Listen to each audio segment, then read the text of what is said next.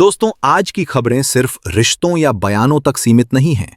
ये भारत की बदलती स्ट्रेटेजिक पोजीशनिंग को दिखाती हैं। एक तरफ इंडिया यूएस रिलेशंस में नया मोमेंटम बन रहा है, तो दूसरी तरफ नैरेटिव्स को लेकर सीधी टकराहट भी सामने आ रही है। पड़ोस में डिफेंस अलाइनमेंट्स बदल रहे हैं और इसी बीच इंडिया अपनी एयर पावर को और निर्णायक रूप से मजबूत करने की तैयारी में है।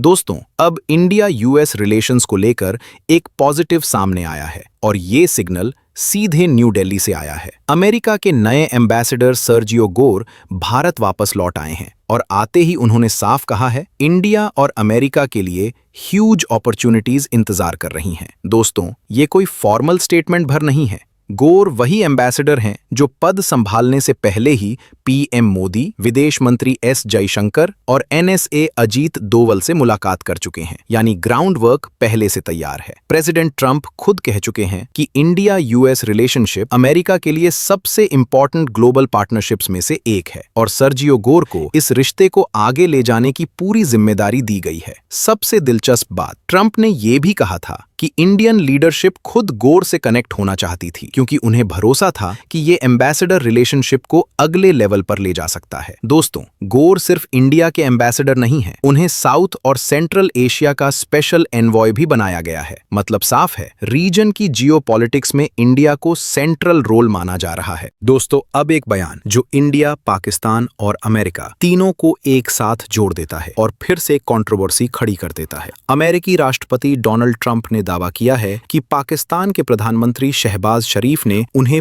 पर्सनली धन्यवाद दिया और कहा कि ट्रंप ने इंडिया पाकिस्तान कॉन्फ्लिक्ट में लोगों की जान बचा ली। ट्रंप का कहना है कि इंडिया और पाकिस्तान के बीच हालात रेजिंग वॉर जैसे हो चुके थे और उनकी इंटरवेंशन की वजह से न्यूक्लियर वॉर टल गया। इतना ही नहीं दोस्तों, ट्रंप ने इसे अपनी वॉर स्टॉपिंग लेगेसी का हिस्सा बताते हुए फिर से नोबेल पीस प्राइज का जिक्र छेड़ दिया। लेकिन दोस्तों, यहीं पर कहानी का दूसरा और ज्यादा अहम पहलू सामने आता है। इंडिया ने इस दावे को सिरे से खारिज कर दिया है। न्यू दिल्ली का साफ कहना है, इस पूरे एपिसोड में कोई थर्ड पार्टी मीडिएशन नहीं थी। इंडिया के मुताबिक ये एस्केलेशन तब रुकी जब पाकिस्तान के डीजीएमओ ने इंडियन डीजीएमओ को डायरेक्टली कॉल किया और सीज फायर की रिक्वेस्ट की। इंडिया का स्टैंड बिल्कुल क्लियर है, ना मीडिएशन, ना दबाव, ना किसी तीसरे की भूमिका। इंडिया ने अपनी ताकत से जवाब दिया और अपनी शर्तों पर डी एस्केलेशन हुआ। ट्रंप के दावे को लेकर पाकिस्तान की तरफ से भी कोई ऑफिशियल कंफर्मेशन सामने नहीं आया है। तो दोस्तों, ये सिर्फ बयानबाजी नहीं है, ये नैरेटिव की लड़ाई है। एक तरफ ट्रंप खुद को ग्लोबल पीसमेकर दिखा रहे हैं और दूसरी तरफ इंडिया अपनी स्ट्रेटेजिक ऑटोनॉमी और मिलिट्री क्रेडिबिलिटी को साफ शब्दों में डिफेंड कर रहा है। अब बढ़ते हैं अगली खबर की ओर दोस्तों। बांग्लादेश के एयर चीफ हसन महमूद खान पाकिस्तान के दौरे पर गए और वहां उनकी मुलाकात हुई पाकिस्तान आर्मी चीफ आसिम मुनीर से। इस मीटिंग में bilateral defence cooperation, training exchanges और रीजनल सिक्योरिटी पर खुलकर चर्चा हुई। लेकिन दोस्तों, असल सिग्नल यहां से आगे जाता है। बांग्लादेश एयर चीफ ने पाकिस्तान नेवी और पाकिस्तान एयरफोर्स के चीफ्स से भी मुलाकात की और यहीं पर JF-17 फाइटर जेट्स का मुद्दा सामने आया। रिपोर्ट्स के मुताबिक बांग्लादेश अब JF-17 ब्लॉक 3 जैसे फाइटर्स में इंटरेस्ट दिखा रहा है, जो पाकिस्तान और चाइना का जॉइंट प्रोडक्ट है। मतलब साफ है दोस्तों, बांग्लादेश अपनी एयरफोर्स को तेजी से मॉडर्नाइज करना चाहता है और ये सब ऐसे वक्त पर हो रहा है जब ढाका और इस्लामाबाद के रिश्ते काफी सालों बाद फिर से वार्म हो रहे हैं। डायरेक्ट फ्लाइट्स भी रीस्टार्ट हो रही हैं। लेकिन इस पूरी कहानी का इंडिया एंगल बहुत अहम है। JF-17 वही एयरक्राफ्ट है जिसे पाकिस्तान ने पास्ट कॉन्फ्लिक्ट्स में इंडिया के खिलाफ डिप्लॉय किया है। अगर बांग्लादेश पाकिस्तान एयर कोऑपरेशन बढ़ता है तो ये बे ऑफ बंगाल और ईस्टर्न फ्रंट दोनों के लिए एक नया फैक्टर बन सकता है। इंडिया इस पूरे डेवलपमेंट को बारीकी से ऑब्जर्व कर रहा है क्योंकि नेबरहुड में मिलिट्री अलाइनमेंट का हर छोटा बदलाव लॉन्ग टर्म इंपैक्ट रखता है। दोस्तों, ये अभी कोई डील नहीं है, लेकिन ये एक डायरेक्शन जरूर दिखाता है। अब बढ़ते हैं अगली खबर की ओर। दोस्तों, इंडिया और फ्रांस एक मेगा राफेल डील के बेहद करीब पहुंच चुके हैं। मकसद साफ है, IAF में जो फाइटर जेट्स की भारी कमी है उसे जल्दी से जल्दी पूरा करना। सोर्सेस के मुताबिक फ्रेंच प्रेसिडेंट इमैनुअल मैक्रों के अगले महीने इंडिया विजिट से पहले इस डील पर गवर्नमेंट टू गवर्नमेंट लेवल पर बड़ी प्रोग्रेस हो सकती है। दोस्तों, IAF ने खुद क्लियर कर दिया है, इंडिया को कम से कम 114 मॉडर्न फाइटर एयरक्राफ्ट्स की जरूरत है। आज हालत ये है कि आईएएफ की स्क्वाड्रन स्ट्रेंथ डेंजरसली लो हो चुकी है। अब इस डील की सबसे अहम बात क्या है? ये सिर्फ जेट्स खरीदने की डील नहीं है, ये डील है मेक इन इंडिया प्लस आत्मनिर्भर भारत की। फ्रांस की कंपनी डसॉल्ट के साथ मिलकर टाटा एडवांस्ड सिस्टम्स इंडिया में रफेल के मेजर फ्यूजलाज पार्ट्स बनाएगी। हैदराबाद में एक बड़ा मैन्युफैक्चरिंग प्लांट तैयार हो रहा है। मतलब साफ है दोस्तों, रफेल अब सिर्फ इंपोर्टेड जेट नहीं रहेगा, इंडिया में बना ग्लोबल प्रोडक्ट बनने की तैयारी है।